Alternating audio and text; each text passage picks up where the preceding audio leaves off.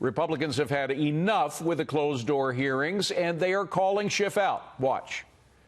They leak out selectively the things that they want for their narrative.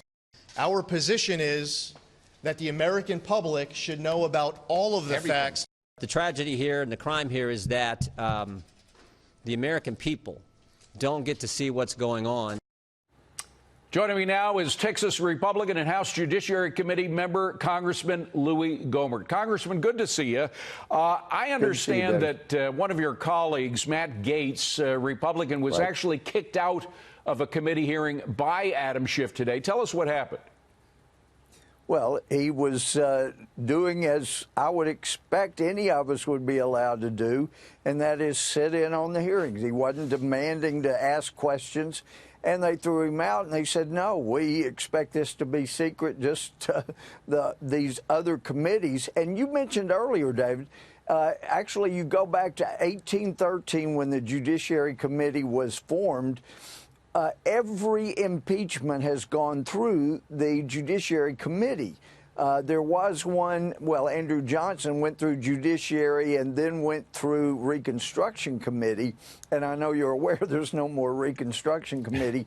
But it is important to understand that, yes, there is whistleblower protection. And the reason we did that is because whistleblowers we're not going to remain anonymous, and the laws are to keep anybody from retaliating against them. Right. So if they're going to keep their identity complete secret, there's no reason for whistleblower protection. But even trumping that, if you pardon the expression, trumping, is the Sixth Amendment to the Constitution.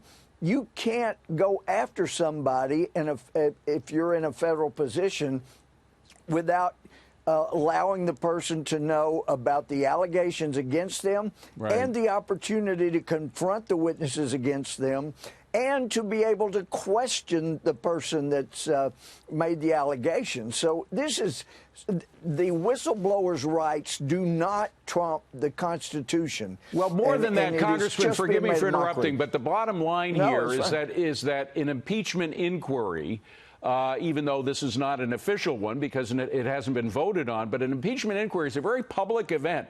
This is an attempt to overturn an election, essentially, to kick a guy who was elected out of office. It's got to be an event not shrouded in secrecy, but open to the public, right? It is supposed to be, but that's why this could make even Kafka wince. They wrote The Trial. I mean, this is what we see going on in spades. It's ridiculous. But yes, this is supposed to be public, but it tells you that this is indeed a coup and a star-chambered effort to try to take out a sitting president. And they've underestimated President Trump at every turn. They thought if they went after his friends, his business associates, his families, then he would probably resign within 6 months and say, I don't need this. But they don't know him very well. He's sticking to his guns. He is not a quitter. He is not a quitter at all. For the good of the country. But I'm just wondering if Democrats, and it's almost a rhetorical question, if they're overplaying their hand. I mean, Axios had an interesting focus group, and Axios is no friend of President Trump's, as you well know. No. But the focus group was from Ohio, and essentially what they did was ask the people whether there seemed to be grounds for impeachment or impeachment hearings. Instead, they found there was outrage over the idea of impeachment. They want Congress to get busy doing what they're supposed to be doing. Do you think this all is going to backfire on Democrats?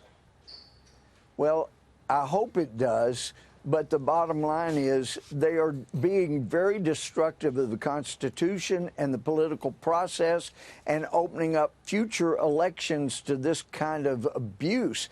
And I would add, I think eventually we're going to see charges against co-conspirators. And so the question arises, how many Democrats in Congress want to be co-conspirators with those who are attempting this coup of a duly elected sitting president? I think that's where it ought to end up. Well, let me just ask you another question, a final question. It's got to be short. You're a former judge. Did you ever see a case, just looking at this one case of the whistleblower, where the word of somebody who hears something secondhand, whose identity is unknown, takes precedence over a transcript, an actual transcript, first-person transcript of that same conversation. I mean, why are we putting a secondhand version of something ahead of the first version transcript? It's outrageous.